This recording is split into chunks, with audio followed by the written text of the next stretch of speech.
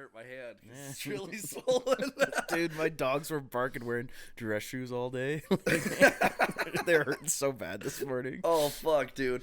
I have a really bad blister on my finger, too.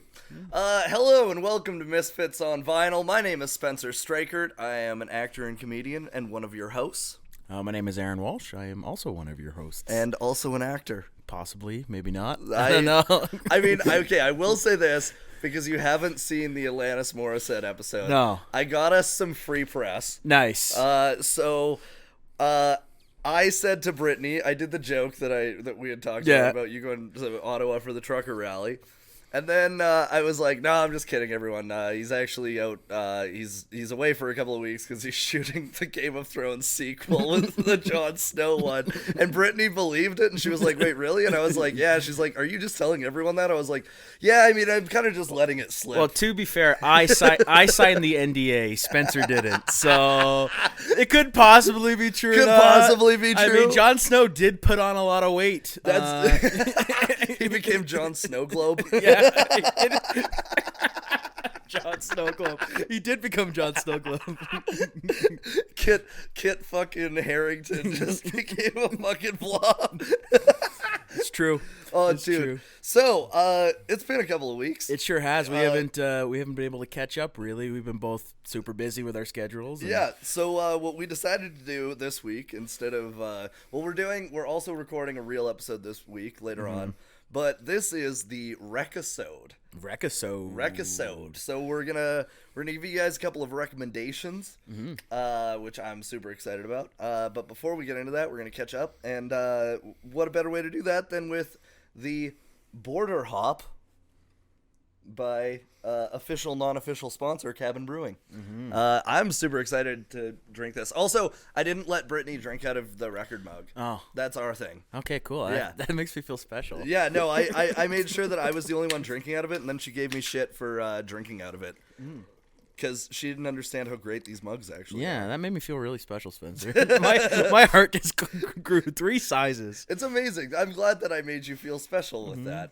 I'm really good at making people feel special. Normally because they feel normal around you. Yeah, that's a good point.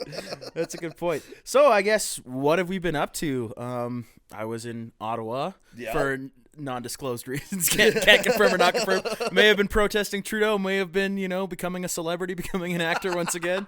Can or cannot confirm. But I was in Ottawa, actually Ottawa Valley, the lovely small town of Renfrew. It's about an hour and 10 minutes outside of Ottawa.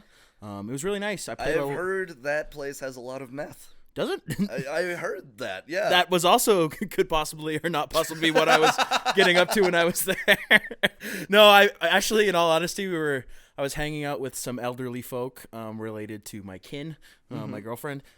Kin, I don't know if that's the right word. I don't think that is. No, it isn't the right word. It'd be weird if your kin was your girlfriend. Yeah, wrong word. Wrong word. Well, you never know. It was not in Renfrew County, I'll tell you what. Renfrew County, that makes total sense, but... No, not my kid, sorry, my lover. Very much. Although, in Renfrew, your lover can be your kin.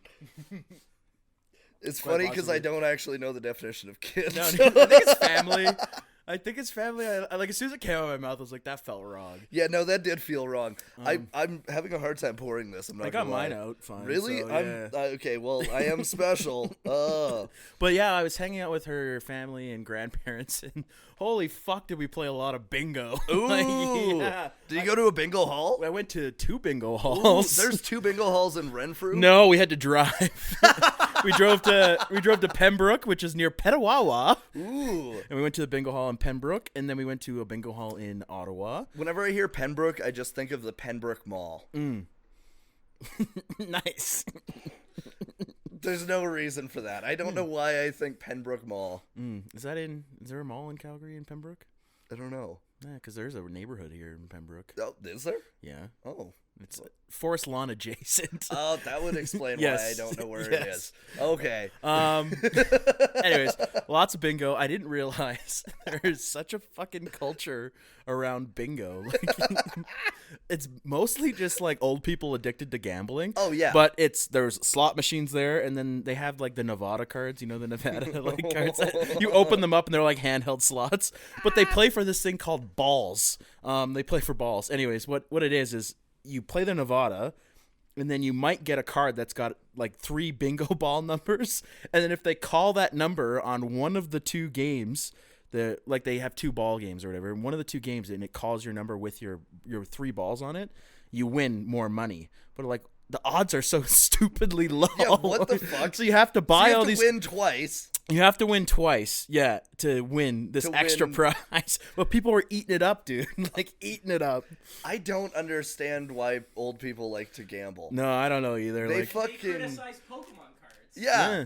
But, like, I like to gamble, but I like to gamble in games that are, like, I feel like I have a little bit of skill involved. Yeah, like poker's a good one. Poker. Blackjack's a bit of luck, but there's also skill in blackjack. Mm-hmm. I like betting sports, but bingo is not for me. I won jack shit. I spent like $150 in 2 fucking games of bingo, and I won nada. Dude, nada. That's so funny because the last time my dad came to Calgary, him and I went to 2 casinos. We should cheers probably. Yeah, that's a faux pas. Cheers. We went to 2 casinos, and I just watched him play poker for fucking so long. And, like, we went to the Grey Eagle, which is great because you can smoke in there. Yeah. So I'm just standing there smoking and watching my dad fucking lose, like, thousands of dollars. And I'm like, God damn it, I hate that you just have this money to spend on this. Not child support? Oddly enough, no. Maybe that's why he has the money. But yeah, other than that, it was really fun. Like, drank a lot of Coors Light and walked around. We watched a lot of cable television. Like, it was actually, though, a really nice time. It was a good break from life. And then I came back and went to a wedding. I officiated a wedding. Yeah, how was that? Really good, man. I want to give a quick shout out to my 2 friends, Sandra and Chase. They are now married. Ooh. They are now married. One thing I learned, which was also stressful, I was officiating the wedding. She's Romanian. I found out the day of the wedding. I've been saying her last name wrong for about 8 years since I met her. So I had to say her name, right? And she never corrected you? Well, I mean, I didn't really say her last name that often. That's fair. So, like, on the day of the wedding in the morning, I was like, let me ask Chase if I'm saying the name wrong. I wasn't. I was saying it wrong. I wasn't saying it right. Fuck. So I had to write it out phonetically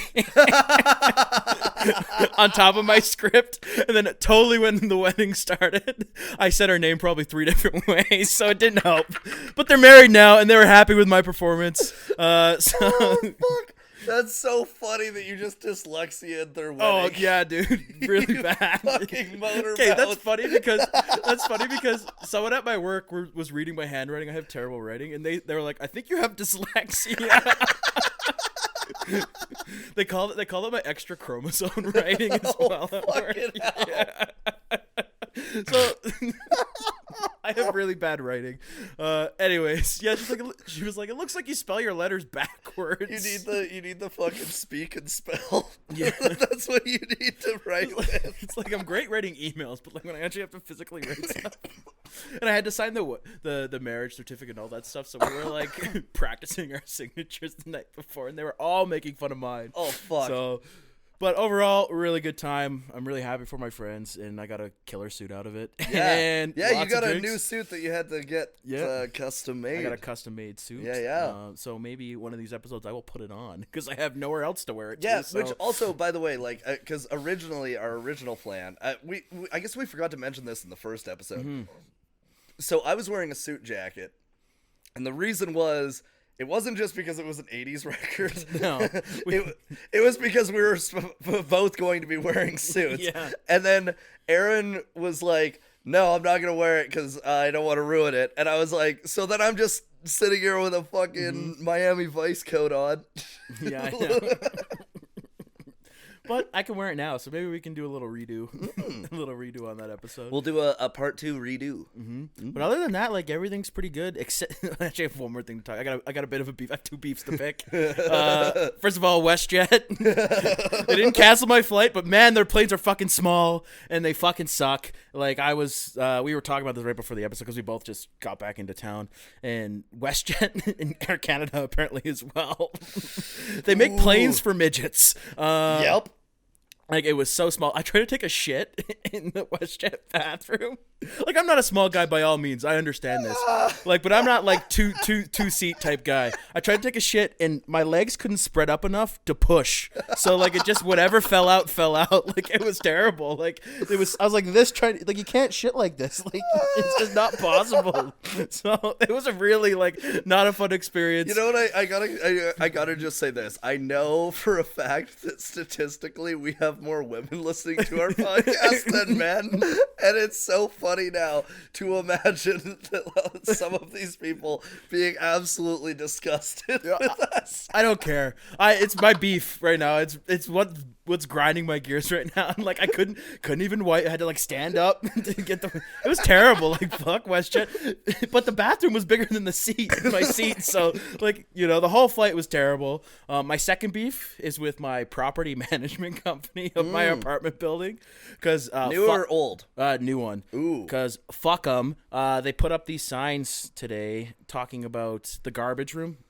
About how don't overflow the garbage bins, this, and that, and like, you can't throw in furniture. $500 fine if you overflow the garbage bin. I walk in with my cat's litter, and everything is like almost up to the fucking roof full. It's like, maybe pay someone to come pick it up more than once. What the fuck? Yeah, $500 fine. They're like, we were watching the cameras. We're going to find what room you're in, this, and that. I was like, fuck you. First of all, I think that's illegal. I know. I was like, fine me $500. So I took a picture of the room, and I took the garbage room, and I took a picture of the fucking notice. Because also on the notice, because I've been gone, like, out of my place for like a month. On the notice, it said, it didn't say the date it was posted. It just said October 2022. And it's like, I was there at the start of the month. It wasn't posted. I was there before last weekend, and it said it wasn't posted, and then it was just posted when I came back. So it was some point on the weekend. But they're like, we're gonna find anybody that has like the past month. So they're finding people that already did stuff. Yeah, dude. What? And it's like, you gotta cut your cardboard boxes down. You gotta do this. You gotta do that. But everything was overflowing. And there's 3 garbage rooms, and they were all the same way. Ew. So I'm super cheese. So fuck my property management company and fuck WestJet. Yeah, no, fuck them. Fuck them hard. And that's all my beef with waste disposal. But yeah, those 2 things really grinded my gears, and that's all for me. That's all for me today. Oh, Jesus. Yeah, fuck. It's been a lot for me this past week. Oh, Jesus. fuck yeah, dude. Yeah, I literally just got off a plane an hour ago. Yeah, I came back from Toronto. Nice. Yeah, no, this is super nuts. I can't say a lot about what I did, but I can say this. I got cast in a commercial like a week ago, and they flew me out to Toronto. Paid for my flight, paid for my hotel. I was staying at the Hilton downtown. Oh, nice. It was fucking gorgeous. I had a king size bed. Ooh. Oh my god, it was so nice. And I was on like the 11th floor. The elevator had like these glass like windows, so you could look and like stand Nice. out and like look as you were going up. So that was pretty cool. Yeah, it was super fucking fun. But I found out that I was going last Monday, and I didn't know when. And then on Thursday, I found out that I was going on Saturday. And then it was like Saturday morning. Woke up early, got to the airport, printed off my fucking ticket. It says standby. I'm like, that doesn't make sense. So I was talking to the travel coordinator on the phone, and then somebody overheard me who worked there. Basically bitching about like, yeah, like what the fuck, they gave me a standby ticket, but like you guys bought the ticket. So then he was like, oh yeah, well, I mean, that happens, because what they do is they they oversell the plane because they expect that people aren't gonna make it. I'm like, that's such a shady fucking business practice. I'm sorry, what goddamn difference does it make? You're just wanting extra money, and you don't care if you fuck people over. That's all it is. And so it's like, fuck them.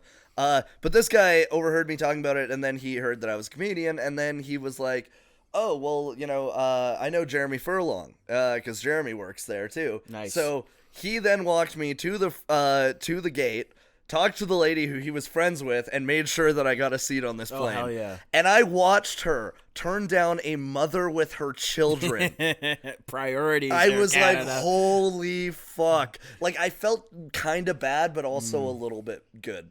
Like, I was like, it's kind of cool that I ruined this woman's vacation with her children. like, there's a small part of me that's like, that was a little bit rewarding. Just on a personal level. But, it was really fun, though. Went out to Toronto for the commercial. Saturday night, went and did a bunch of sets. Went to Yucks in Toronto. Nice. Which was great. Had, like, one of the best sets I've ever had. But I gotta say this. So I get introduced to come onto the stage from the host, and she's like, yeah, this guy was originally from Saskatchewan. And everyone's like, woo! And they're like, and now he lives in Calgary. And they booed me.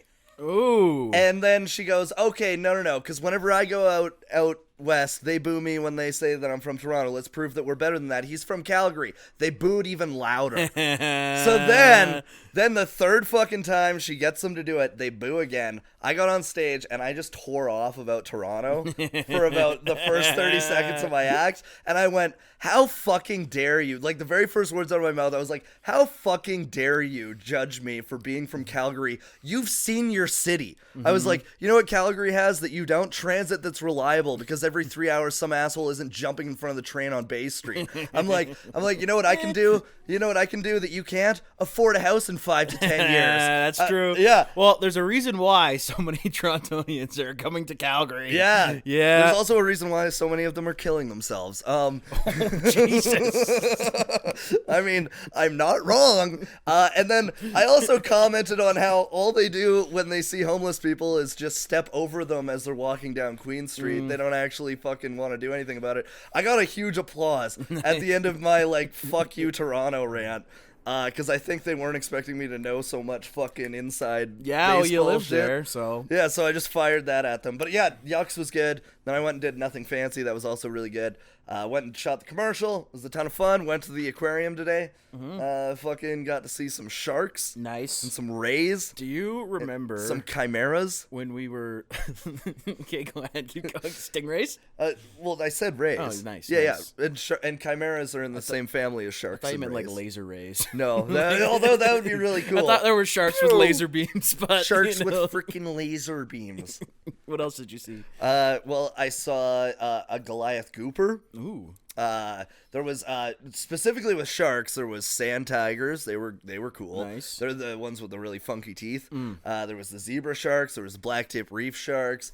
There was an epilot shark, which is a really tiny little cool one. Nice. There was some sturgeon.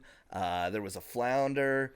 There was some Atlantic cod. There was a lionfish. There was some sunfish. There was a lot of really cool fish there. I did not know you were a marine biologist. You want to hear something really funny? Yeah, Because I told Sam this. This is actually some exciting news for the podcast.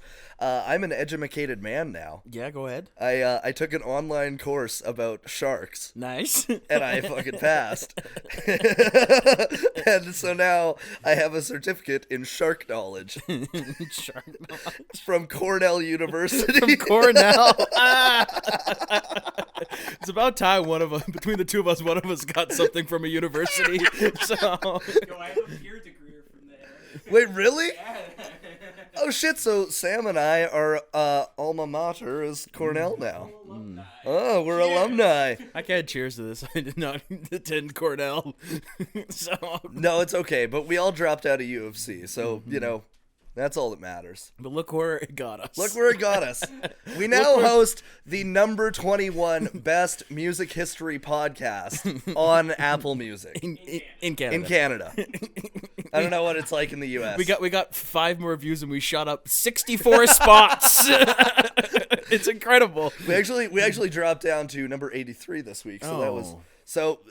what I'm saying Well, that is killed the everybody needs to share it more and not be fuckheads. You killed my vibe with that, Spencer. I was so excited. We were about to celebrate. You went to Cornell. We're number 21. When you dropped that, we We went to 83. Yeah, but you know what? It's okay because we're going to pop right back up because it did that last week, too. Damn. Yeah, it just... we're really in competition right now with Randy Bachman's Vinyl Cafe podcast. Nice. Because he's in the number 2 spot, and I really want to just be above him because his book, when I read it, was so boring. Yeah? That's all that I want to do is be better than Randy Bachman at music history. Very nice. But I feel like he's a little more qualified than the two of us. Yeah. But at the same time, with age does not necessarily come wisdom. Mm-hmm. He was not a fun person to tour with, apparently. No, never knew that. Yeah, because he wouldn't. He was like in his book. He talked about how he'd be sitting in a room with Jimi Hendrix and Santana and Janis Joplin, and they'd all be smoking the dope, but he didn't want to partake in that stuff. So he was a buzzkill. He was a fucking massive buzzkill. Yeah, all right. Which is so funny because then when you listen to Bachman Turner Overdrive, you're like, well, this sounds like beer drinking music. And everybody in that band was dead sober, never drank. Well, it turns out he was just all about taking care of business. Every day. Every way. All right, should we get into these quick little recs? Yeah. All right, yeah, let's do it. What we're doing this episode. I did not say that one into the mic the first time. What we're doing this episode is we're going to recommend not one but 2 albums because we recently shared our top 9 albums each. My list has since changed because I realized I forgot albums. Nice. But, that's going to happen. And between the 3 of us, from my understanding... Sam won by a technicality. Really? Yes. We all actually had the exact same number of votes, but he won with 34%. Oh, how does that work? I don't know. We take those. You know what? Yeah, we take those. You two Cornell grads here. Can you do the math for me on how that? I am a shark expert, sir. I do not know anything about maths. Congratulations, Sam. You have fantastic taste. Sam has the best music taste, but in order to prove to people that they're wrong, we're going to review 2 of our favorite albums. We'll do an episode where we review all of Sam's at once. Like that would actually be the way to do it. We're just gonna rapid fire all of Sam's albums. I'd be really salty about it. Yeah. I'm gonna be like. Yeah, that's true. Daft Punk. We did have a little bit of crossover. To be fair, there was a little bit of crossover. Yeah, like we both had Earthtones. Yep. Neither of us had our favorite album, which we're reviewing later this week for the next episode. No, which but that's like a favorite album. Collectively, yeah. like just because of the memories attached. So it's gonna be a fun episode because I don't know how many people know the album. I honestly don't think very many people know that one. But we're doing 2 different ones, so we're gonna get into this. The first album that we're gonna be reviewing, again, we don't have it on vinyl, so but I have a different one. We're gonna be reviewing cKy's "An Answer Can Be Found." Yeah. Okay. The first album that we're recommending, cKy's "An Answer Can Be Found," came out in 2005. It's a alt metal, post grunge, stoner rock album. Definitely, I would say not everybody's cup of tea. I will acknowledge that. But I feel like they've got so much weird shit like that's happened that it's worth it to talk about. So. A little bit about cKy. They formed in Westchester, Pennsylvania. They got big because of the video series of the same name, which Bam Margera made. So their music was featured frequently in. That was really weird. Yeah. Their music was featured frequently in the cKy series. Yeah, and they're like Jackass adjacent. Just a Bam and and Bam's brother Jess is the drummer in the band, so they get what's it called? A lot of attention from him.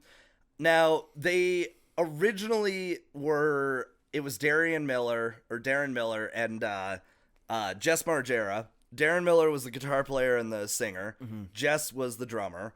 And they formed a band called Foreign Objects in 95. They released one album. Then they just broke that band up. Changed the name. When they decided on cKy, it was because they thought it'd be a really good horror movie title, Camp Kill Yourself. Yeah. Which is fair. It would be, because it kind of reminded me of, like, Camp Sleepaway. Yeah. Except more suicide. Except more suicide. Yeah. And then, so Chad Ginsberg, who later joined the band and was working as a sound engineer at the time, he joined because they came in to record at his studio. They needed, I think it was a second guitar player, and he was just a phenomenal guitar player, so they were like, yeah, fuck it, whatever. You can join us. They record their first album, Volume 1. It comes out right around the same time that cKy is coming out, so cKy gets really popular, they get popular, they get asked to join the Vans Warped Tour. They join the Vans Warped Tour, that wraps up, their music gets used in Jackass, so now they're on MTV. Nice. Skyrockets them to another level. They're touring around with, like, Metallica and Guns N' Roses, a bunch of these, like, you know, huge bands, just as the opening act. Then they recorded their second studio album. They had originally signed with Volcom Entertainment, and then left them for Def Jam Island group. It's a weird the Island Def Jam. That's what it is. They signed with them in 2001. That's when they recorded their second studio album, Infiltrate, Destroy, Rebuild, which had a lot of songs that were featured on in the Jackass movie and various other, you know, pieces of pop culture at the time. And because Jackass was such a pulp cultural phenomenon, anything that was, like, remotely associated with that show just fucking took off, because they would replay those episodes like 5 times a day on MTV. Nice. So then their second album comes out, and it's a success. It reaches number 99 on the U.S. Billboard 200, and Flesh into Gear was released as a single, reaching number 38 on the Billboard Mainstream Rock chart. They were supposed to then open for Guns N' Roses. They hadn't at this point, but they were supposed to, and then they canceled a bunch of their own shows, went to Vancouver, and then Axl Rose got held up at the fucking border, and the concert got canceled. Nice. Yeah, I fucking did it. The concert got canceled, and then a riot broke out. As it does. It tends to happen in Vancouver. Yeah. Over small things. Yeah, Vancouver really doesn't, they do not enjoy when things do not work out in their favor. To be fair, if I lived in, like, a place where it rains all the time, I'd want to riot every once in a while, too. Yeah, I'd be mad if it rained all the time and I had to spend an arm and a leg. Yeah, to live in a rainy place. To live with, like, 8 other people in a fucking... And constantly being surrounded by vegans. Yeah. Would also drive me really crazy. God, yeah. Well, I mean, that's maybe why the riots don't last very long. No, they don't have a lot of fucking strength to keep going. It's like, that's a really good point, actually. That's why they can't actually tip over vehicles when they riot. Okay, so they they were going to open for Guns N' Roses, then they didn't, but then they opened for Metallica and went on tour with them. Nice. Now, before I talk about the album, I'll talk about what happened afterwards, because I'm just going to wrap up cKy super quickly. In 2011, after releasing 4 albums, Darren Miller left the band officially. And he was apparently fucking awful to work with, which I will explain more later when we get into the reception of this album. He left, and then Chad Ginsberg had left a few times before that, but he came back into the band. And at that point, then, Chad replaced Darren as the vocalist and lead guitarist. And in 2017, they released that album, The Phoenix, and that ended up, going to number 9 on the Billboard Rock charts. What's really funny is I went to go see cKy at Dickens, and Chad was the vocalist, and I could not notice the difference. No. Because that's how fucking forgettable Darren Miller's voice is. He's not anything special. And it was really proven and especially because, like, before that, Chad had been, like, the backup vocals on a lot of the songs. Yeah. So his voice was kind of already in, like, on the songs. Yeah. You'd recognize it. You'd recognize it. You'd know, like, where he's at. But it's funny because now Jess Margera, the drummer, is the backup vocalist. And again, You don't really notice that much of a difference. Yeah, so then at the same time as that happened, Darren Miller was going to form a group he wanted to call Mecha cKy, and he wanted to re-record all Godzilla. Mecha Godzilla. Yeah. It's so dumb. That's he's stupid so as he's fuck, so dude. fucking hateable. He's so hateable. That's so fucking stupid. Instead, he formed the group 96 Bitter Beings, which originated as like a song title from cKy. And it's the worst fucking thing I've ever listened to. It's like, okay, like you mentioned that like you weren't a fan of the album, which is fair. Yeah. But even that, like, I think anybody would fucking hate 96 Bitter Beings. It was so bad. Like and it's produced really poorly too. So it's like you have like really poor fucking writing, really poor like music, really poor vocals, really poor like lyrics. Like everything about it is just trash. It's a shit soup. It's a shit soup, and they fucking covered excuse me, some Michael Jackson song. I forget which one it was. And I was like, ew, why would you do that? Like, I listened to that song first, and it was so gross. It really made me want to stab him in the throat. I'm saying that as a joke, and to clarify for legal reasons. Because you were just at the airport, you're all on edge. Yeah, that actually is it. I'm at the that really pissed me off. It made me very, very fiery. Okay, so the album was released June 28th, 2005. It was originally named The Butcher's Hand, An Answer Can Be Found, and was written by Darren Miller and Chad Ginsberg. Featured a number of songs from early in their career they had never recorded because there was a lot of songs that just didn't fit other places. It was the same core lineup, Miller, Chad, Margera. And the recording for it took place in California and in New York. Now, what's really funny about that is it's a fucking pretty heavy, depressing fucking album. So very funny that the majority of the recording took place in California, in Santa Monica. Well, nowadays California is pretty depressing. So. Yeah, no, that's fair. Yeah. I'm not totally surprised by that. So yeah. In 2004, that would be a little more surprising, though. I'm like, that's fucked up.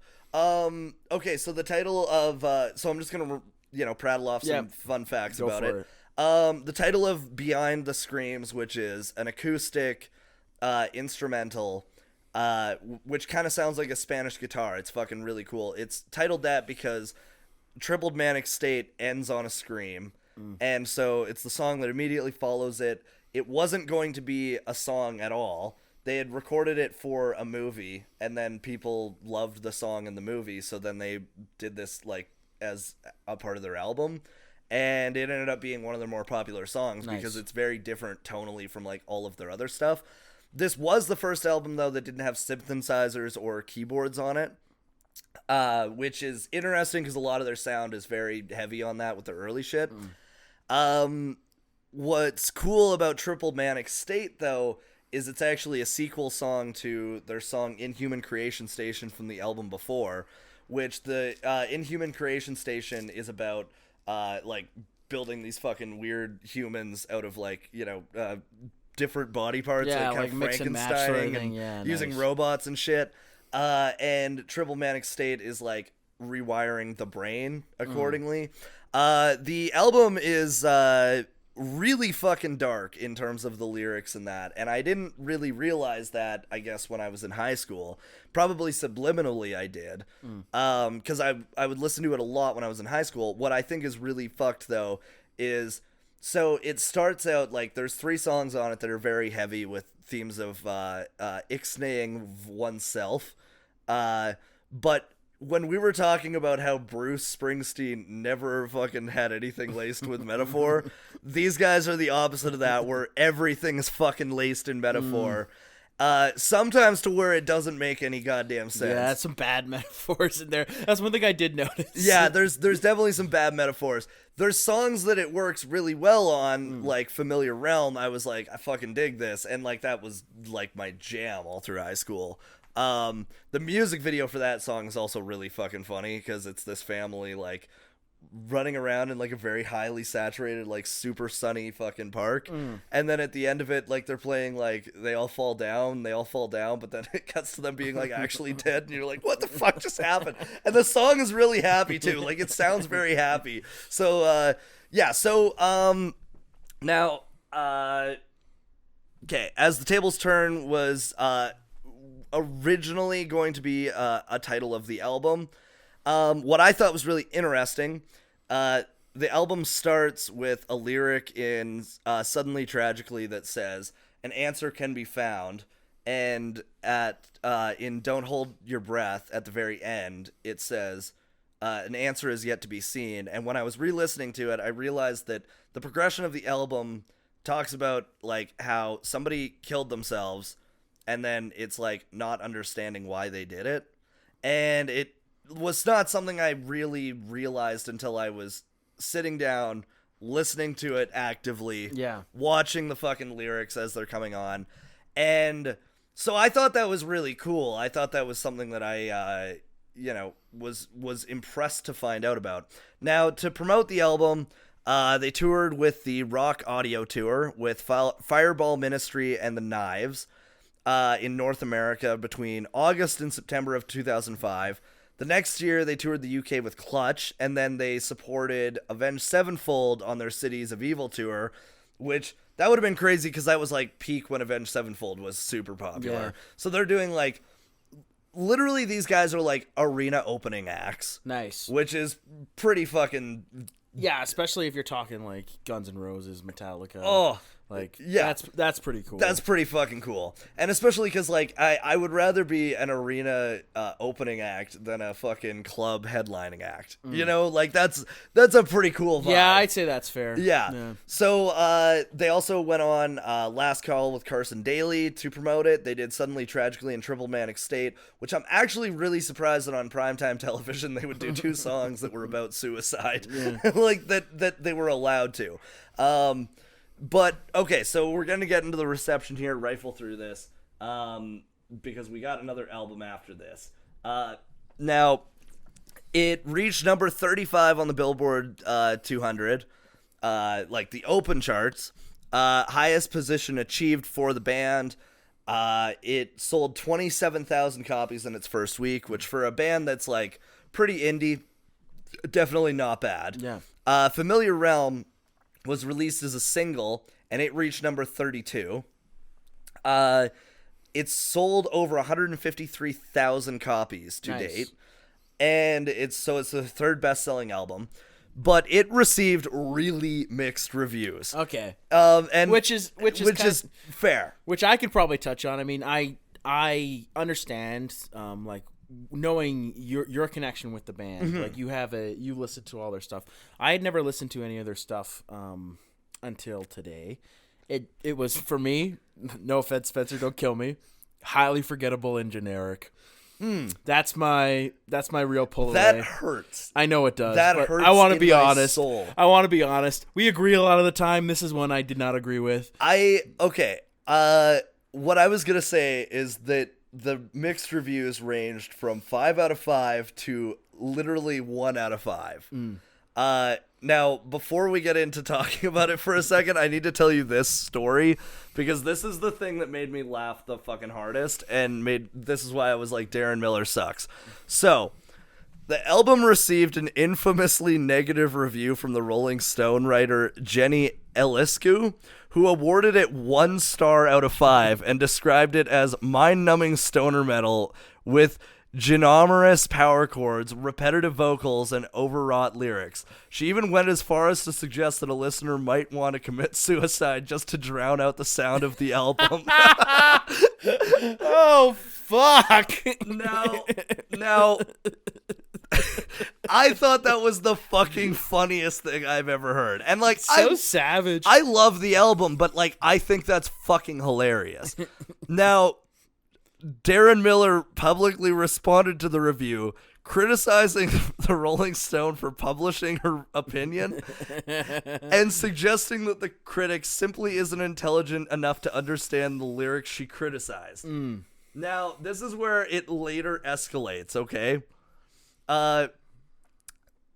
he this is so fucking stupid. He called her he said that she was juvenile and then called her an ugly slut. Which very ironic. Very ironic. And like, I'm sorry, but that's fucking like unintentionally funny. Yeah, it is. Like, that's one of those like Michael Scott moments that's just so fucking good. So the feud escalated to the point where allegedly he had posted her home telephone number online. Ooh, he doxed her. And cKy fans subsequently harassed and even threatened the journalist. She complained to the band's label and publicist. Well, the Rolling Stone defended the writer by retorting that the episode seemed like a rather sad attempt to promote a band who should rely more on their talent. Now, what I thought was really funny about that is, like, again, I saw cKy in 2017 without Darren Miller, and they were fucking great. I would say better. Yeah. And it seems like he just was the thing that like held them back. Yeah. Like, he really seems like the guy by the that sounds of it, like I said, I'm not overly familiar. By the sounds of it, he sounds like a fucking He's tool. a fucking douchebag. Yeah. He's a fucking entitled douche is what it seems like. Also, when they recorded their first album, his dad funded most of it, which should tell you everything as well. Which is, like, again, another reason why I'm like, I fucking hate this guy. Like, I really don't like him as a person, and I've never met him. But I would not like him if I did. On the other hand, I met Jess Margera, and he was super nice. He gave me a hug. And we'll be posting that to the Instagram. Well, we will be. We will also be putting it right here. No? Oh, I was just putting it on the screen to the camera. I forgot that there's audio too. Okay, so I would recommend that though to anybody who's like into heavier stuff. Like I think it's funny that like it received generally mixed reviews, and our reviews could not be more opposite. Yeah, you know. Yeah, and it's not even that I don't like heavier music. It just didn't stand out to me as something I would want to listen to again, or. You know, like I listened through the album once, and then I listened through it again, looking at the lyrics to each song. They just showed up on my Spotify. So it was awfully convenient. But yeah, it didn't really stand out as anything. Maybe if I was younger, I could relate to it and connect to it a little more, but it didn't really do anything for me. I feel like it's one of those things where people either it's kind of a divider. I think people either really like it or they don't. Well, it's the same thing. Like I like between you and me, like I love trap rap, I love mumble rap, and you can never get on board with it. It's the same sort of thing, which right? is super. But we both like hip hop. Yeah, but we both love hip hop. Yeah. It's just that one thing. No, because like that's well, it's funny too because we are about to review another rock album that we both are fucking 100% 10 out of 10 on. But yeah, so I'd recommend it for people that want to listen to something maybe they haven't before. 150,000 copies, really. That means there's probably a lot of people who haven't listened to it. So fair enough. There you go. Probably the same with this next album too, I figured. Actually, yes, considering it was so fucking hard to get research on this next album. But fortunately, I know quite a bit, so I can fill the gaps. Hell yeah. Just because I am a big fan. Can I introduce it? Yeah, you absolutely can. We're going to do Bahamas Earthtones. That's my recommendation. Funny enough, I used to have this on vinyl, but I gave it to my brother in that Christmas where I had no money. Well, I also thought that I had a copy. Like, I thought I bought one like a year ago. Well, one thing that was fucking so cool about that record, if you remember, it was white. Do you remember that? It was like an ivory white. Really fucking great record. It's super chill. It's summer record for me. Almost every summer the songs are in rotation. Indie rock, sort of chilled back, laid vibes. It's a chilling in the park kind of vibe. It's really, really nice. Canadian artist. Yep. Do you want me to just give fill a in few a bit of the facts here? So go ahead. Bahamas Earthtones. That's I don't remember if we said that already. I did. Oh, you did. Okay. Fuck. I've had a really busy fucking few days. I'm like, my brain is not working. Don't sweat it, my boy. I'm trying not to, daddy. Puppy. Happy. Okay, I don't like that one. You said that earlier, and I didn't like it. You didn't like it? No. Why?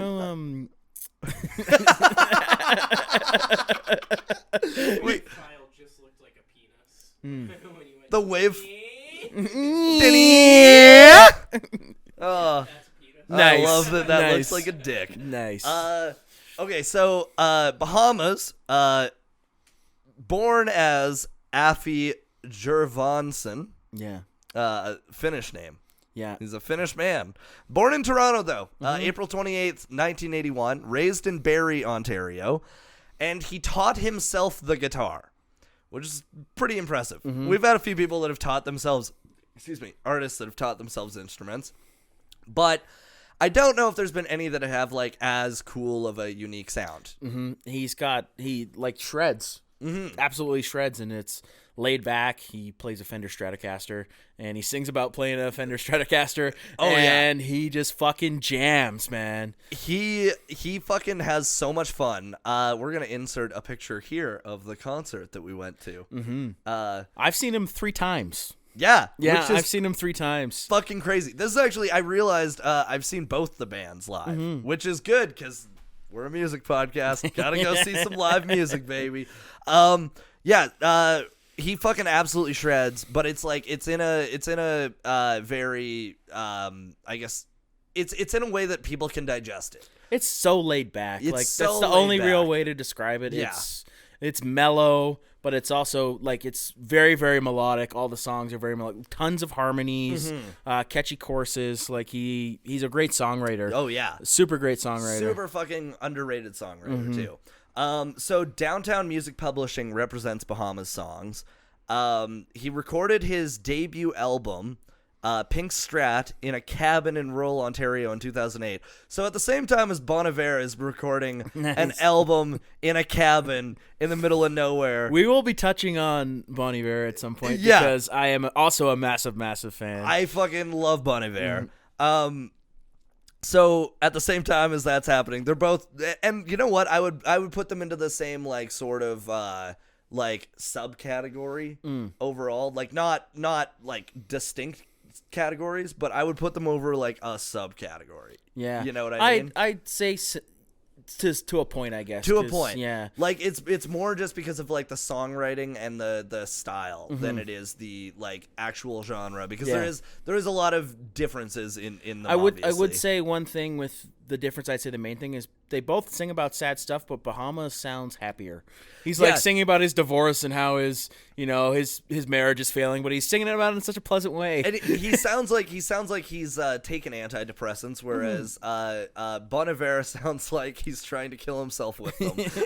Well, there is a song on the album called "No Depression." Yep. That is one of the tracks, and he literally just has talks about being depressed. And honestly, that's one of it was so funny when we were watching him at the concert, like when he was like, yeah, I just wrote this song because I thought, hey, maybe you should just put one foot in front of the other and keep going. And I was like, that's great. So yeah, recorded his first album in 2008, released it in 2009. It was nominated for a Juno for Roots and Traditional Album of the Year. First of many of his nominations. That's the first time we've talked about a Juno. Yeah, Junos for wow. all of our huge international audience. Actually, our Brussels fans will probably want to know. The Juno Awards are basically a music award show for Canadian artists. Yeah, it's like the Grammys, but nobody pays attention. Yeah, like the Grammys, but it happens in Hamilton. Yeah. Or happens in like... It changes cities every year, Yeah. and it's so, like, sometimes it'll be in a cool city like Toronto or Calgary, and then other times it'll be in, like, Edmonton. Yeah, like a little. I guess I give a little context to Canadian music as a whole. Yeah, there is a law in place where they have to play a certain amount of Canadian music on the radio. So there is a certain group of musicians and music acts that become really popular just in Canada. Yeah. And for us growing up, there's so many bands that I would feels huge to us. They'll sell out stadiums in Canada, but in the grand scheme of the music business, they are fairly unknown or obscure.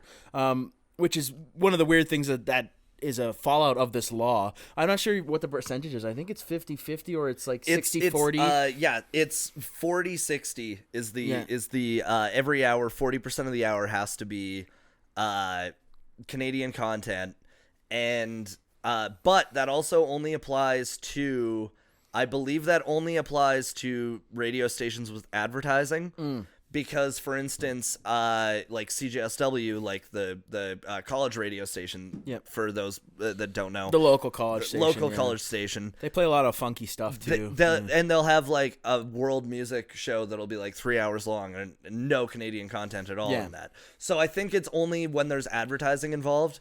And I think there's a couple loopholes too where you have to have, it could be like one of the writers or like it's not, doesn't have to exactly be the artist. No. But just one of the things that have happened since that law has been put into place, that there's a lot of bands that are massive in Canada that are unknown. Like even like you look at something like the Tragically Hip. Yeah. They sell out stadiums. When Gord Downie was alive, they'd sell out stadiums all throughout Canada. They're rock legends in Canada, and they'd be playing like small clubs and bars in the U.S. Dude, their final fucking concert tour, they were literally selling out stadiums. Selling out and doing multiple like shows at said and stadiums. When they did Woodstock 99, in the audience, it was just all Canadian flags.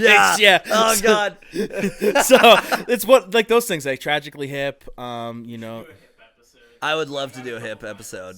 So they're very distinctly Canadian bands, and I wouldn't put Bahamas on the same level, but certainly in the indie community in Canada, they're a big band. They're definitely like, I would say like on par with.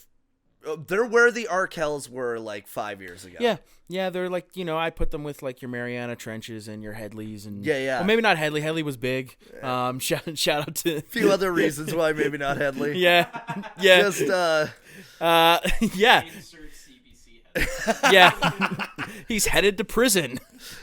Yeah, it's true. More like insert the bar of soap now. Yeah. Canadian Idol alumni. Oh, that's a good point. Yeah.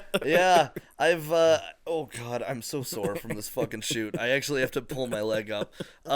Okay. So getting back to the Bahamas, his third album, Bahamas is Affy, was released on August 19th of 2014, and the album received first place on Q's top 20 albums of 2014. Nice. Now, for people that aren't in Canada, CBC Radio 1's Q. Awesome show. I'm a awesome big fan. show. It used to be Gian Gomeshi. Oh, we're talking about all the sexual abusers in I one know. episode. It's John really Gomeshi, Jacob Hogarth. Holy fuck. We're really fucking... Rifle him off. Yeah, you know what? Let's just get through it. Fucking... Oh, man.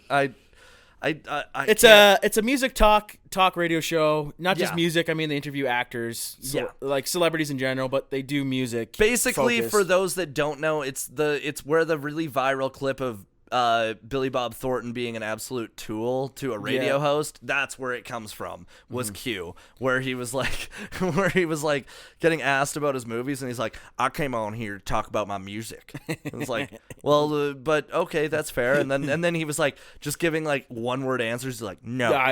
Yeah, the clip is what a fucking asshole. It's also, we recommend you watch that as well. Now it's hosted Tom Power, good Newfoundlander guy. It's a great listen. Comes on 10 a.m. every morning. There was a really bad host in between. I forget his name. Yeah, there was two of them in between Gomeshi and Powers, and one of them was really bad. The other one, I think, wasn't George Stroumboulopoulos a fucking host on Q for a little while? I'm not sure. Yeah, That dude does everything. He does literally everything. Is it Canadian and music related? Yeah, we're getting all the obscure Canadian celebrities out there in the air. That dude's a legend. George Strumpaloompa-loompa-loops. Strumpaloompa-loompa. Strumbloblices. Anyways. All right, so he tours with drummer Jason Tate, who is from the Weakerthans and Broken Social Scene. And backing vocalist Felicity Williams. She is unbelievable. Yeah. Holy fuck. Pair of lungs on her, let me tell you. He released his fifth studio album, Sad Hunk, on October 9th, 2020, and that album won the Juno for Adult Alternative Album of the Year at the Juno Awards of 2021. Now let's talk about the Earthtones album, baby. Okay. 2016? 2018. Oh, shit. Yeah, eh? it was his fourth studio album, released January 19th, 2018. It's a bluesy, jazzy, alt-folk alt rock sort of combo. Like it's got a lot of different styles to it. If those like, okay, I don't know if this is how I've imagined it sounds like. It's like if you combined Norah Jones, Jack Johnson, Leonard Cohen, and Bibio, and you just took like some of the best elements of each of those artists and put them together, and you've kind of got like an idea of what the fucking sound is for him. How I describe it, it's like people are just, like you said, you're laying in a park, but they're just jamming. It feels like a jam, like, you know. It's definitely like a jam sesh. Everything flows really well. One thing I find unique about it is like I mentioned before, the focus on the harmonies and how a lot of the choruses come from the background vocalists. Yeah. And it's a really, really nice listen. Like, I feel like it could reach a wide audience, which is, I think, why I've enjoyed it so much. And I can put it on basically in any sort of situation. I feel like that's one of those enjoys albums. to listen to it, yeah. And especially that album, because like what I thought was interesting, like he's released 2 albums since then. When he came to Calgary, like last fall, all of the songs except for 2 of them were from Earthtones. He played a lot of Earthtones. Played a fucking ton of Earthtones. I saw him at Folk Fest. That would have been 2018. Yeah. So I never even heard the band before, and this is when I worked at that ice cream shop. I worked at an ice cream stand downtown. The ice cream shop. And it was right next to where Folk Fest kicked off, and somebody gave me the wristband when they were leaving, and so I went over and I stumbled across Bahamas, and I've like fucking loved him since. So we saw him then we saw him together last year. Yep. In March, and then he played Stampede here in town, and I saw him there as well. Yeah. And he played some of his newer stuff at Stampede. But he's great live. The band so is good. awesome live, and I love that he doesn't do an encore. No, he even came out and said that's one of my things I mentioned when I was like, oh yeah, like I brought Sarah and her brother's friend to the concert. I was like, yeah, like when we saw him in March, he just came out and he was like, yeah, like guys, like don't bother clapping for me at the end and calling for an encore. We're like not gonna do it. We're gonna come out and play all the songs. Yeah, that you well, like. They announced it. It before. It's like like don't worry about the encore thing. We're gonna play all the songs you want to hear. And it was really cool too because his backdrop looked like an airplane propeller.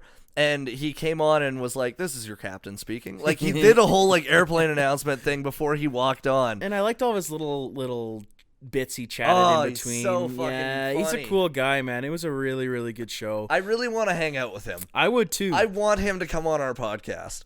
That would be really fucking cool. Can we get him to come on our podcast when we play Folk Fest? I had problems shitting on the airplane. I would 100% shit myself if he came on I would have no problem shitting if he came on the podcast. Yeah, there would be no push I needed. would fanboy so hard. I'm such a fan.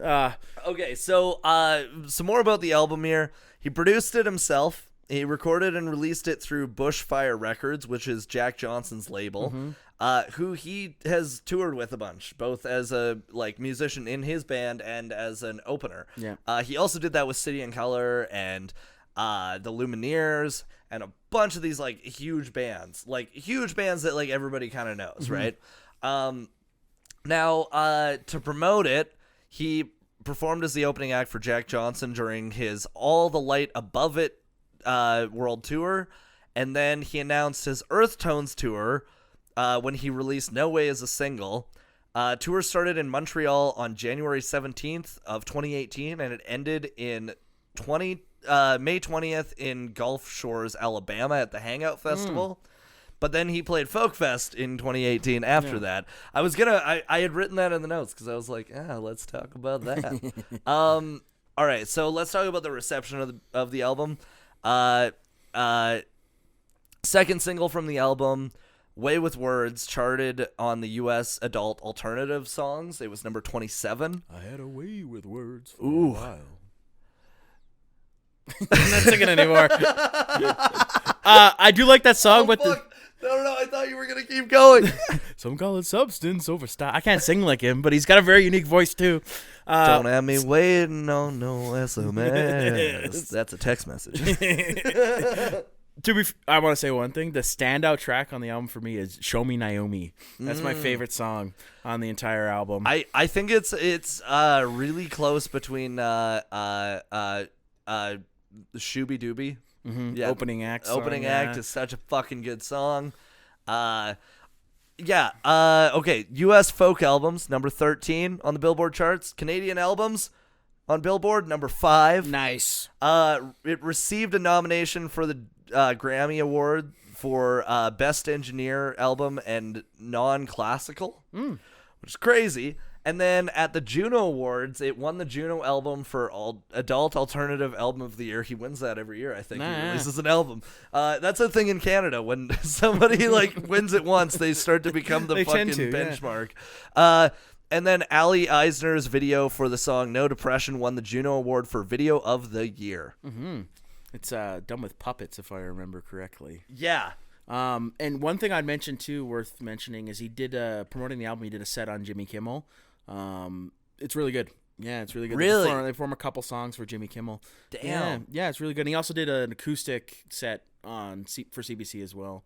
And if you want to get into more of his more recent stuff, with Sad Hunk, it was during COVID, he did a set at his house. He lives in Halifax now, out by the water. He's got young kids, and he did a set where he was singing to his daughters acoustically. It's a really nice video. That's very really heartwarming. Cool. Very heartwarming. That's so fucking sweet. Mm-hmm. I hate how sweet that is. That's the thing. It's like we could not have picked more opposite albums for the Rec-isode, where you're just like, yeah, one of these is a really nice person and a good artist. Mm-hmm. And the other one's a piece of shit. Well, one of the reasons why I did pick this, because I feel like it's a very important album to us, but it might not be big enough to, do a full episode on. Yeah. It's something I remember we lived together. We were bumping it. Yeah, I bought the daily. record maybe the first or second week I moved to Toronto. We went to Cops Record, and I bought it. We were listening to it every day. You bought this record, Talking Heads, and Yay. The same day. Yeah. It was all three of those records. I remember because we listened to all three of them, and I was like, fucking dig this. I was like, okay, this is a good choice that we were living. But we together. played the crap out of that. There's also other memories. I'll keep it vague, but someone once danced in our living room to this record. And I'll leave it at that. So yeah, it's a really great listen. Oh my god. Holy fuck, is that the same person that was rolling around on the floor and going, you guys are so retro? Maybe or may not. We had a couple people rolling on our floors. You remember? Yeah. Remember the one guy that rolled on our floors? Me and my wife are getting divorced. Dude, I hung out with Robin this weekend, and I was telling her about both of those fucking stories. Dude, and what I said was, I think that whenever I left the apartment, it was a bad omen for Aaron to bring someone over who was going to end up rolling on the fucking floor. Yeah. So I give context because we don't share circles with this guy anymore. Yeah. But this friend Spencer had from film school, I met him once, and him and his wife were getting divorced apparently. And he called me and he's like, "Hey, I'm at your house." I was like, "Oh, like Spencer's not here." He's like, "Oh, it's okay. Like, can we hang out?" And I was like, "Sure, whatever." So I let him up in the house, and he was a mess. He was, and I was like a mess. texting Spencer, like, "Come over, come back, come home." Both times when that happened, because the other time Aaron was walking up with the other person, and he gave me a look, and I didn't quite read it, so I just kept walking, went to the library, and then I opened my phone, and I've got all these texts, and Aaron's like, "Get back now! Get back now!" I come in, and this person is just rolling around on our floor, and they're like, "You guys are like so retro. You have records and a Super Nintendo?" And I was like, "Oh, Jesus Christ." And then I just sat on a chair and watched as she awkwardly said things that were awful. Yeah. Anyways, this guy, I didn't know him very well. Nope. And I don't think you knew him very well either. Not really, no. He cried. Yeah, he cried on the floor. And then he asked us to move in because he was getting divorced. And we were like, "This is a 2-bedroom. That's not happening." I was like, "You can spend the night." And the next morning, he woke up and he ate my food out of the fridge, and we stopped hanging out with him. Yeah, we put a hard stop to that. Yeah, I hope he's doing well. Yeah, I hope he didn't lose too much in the divorce. Well, they were never officially married. Oh, I didn't know that. Yeah, they got a faux marriage. They got a ceremonial. I didn't know that. So he was crying about nothing. He was crying about getting broken up with. Okay. Anyways, that's a core memory I have attached to this time of my life when we're listening to this album. I have a lot of core memories with this album, but I feel like I feel like we got everything Yeah. with it. Yeah. Listen to it. I mean, listen to Yeah. both recommendations. Let us know what you think. Let us know what you think. Actually, it would be really fun to have people like comment under this episode's post on Instagram and say like, if you listen to both records, which one you dig more, because that'll help us also gauge like what we want to. Yeah, and review we more of should in the start future. running some polls too. Yeah. Like throw a couple albums up or take some recommendations. Yeah. I mean, we're just doing this for We're doing it for basically shits and giggles. for the fun of it. Yeah. So I mean, if we have people listen to us and they want us to talk about things they're interested in, we're fucking down. We're so down. Yeah. I would love to take recommendations. I've got a few from people that were like, I recommend this, and like also a lot of people have asked if they can come on as guests. Yeah. Fucking musician from the local scene asked Nice. me. Our homie Evelyn, Oh, who fuck listens yeah. religiously. Oh fuck yeah! Yeah. Did I meet Evelyn? I don't remember. Yeah, you did at the animal. Oh, I premiere. sure did. Yeah, I'd love to have her Opening on. night. Catch up. Yeah, I Yeah, think we no. talked briefly then. So She's got a single coming out with her band The Sunstrokes. So fuck I yeah. said that we'll try and line it up so that we can get her on then, because then she can promote it. Jeff. Actually, yeah, if we got Jeff and Evelyn on, that would be fucking great, because Jeff's really funny too, and he's the guitarist in her band. Nice. This is a guitar now. We've had a few like people reach out about it, and I was like, the people that have reached out, I'm interested in. There's some that I've been like, but there's others that I'm like, yeah. we're open to a lot of things. But we're open to everything, and I actually am like really happy with people's responses to the podcast I mean, this so has far. just been a great way to hang out with my two good buddies. Yeah. And you and know, day drink, although it's night tonight. It's night tonight. This is Yeah. a Monday night episode. A Monday night episode. That which one is- had a little bit. you might have caught that on the mic. I got a little bit of turd in that one. This is actually funny enough. We've already released our Halloween episode, but this Halloween. It is Halloween. I I'm gonna have to go clean my pants. Did you shit yourself? I think I shit myself. Okay. All right, you walk. I'll Thank I'll you. cue the episode up. I'll finish the Thank you for episode coming up. to Misfits on vinyl. Spencer just fucking shit his pants. Thank you for listening to this episode of Misfits on Vinyl, hosted by Spencer Streichert and me, Aaron Walsh, and of course produced by Sam the Tech Man, Sam Lindsay. If you like us, please rate us, subscribe to us, share us. Our socials are Misfits on Vinyl Podcast on Instagram and TikTok. If you want to send us an email with any suggestions or criticisms, we love that shit, so send it away. It's misfitsonvinyl@gmail.com. We love you guys. Thank you.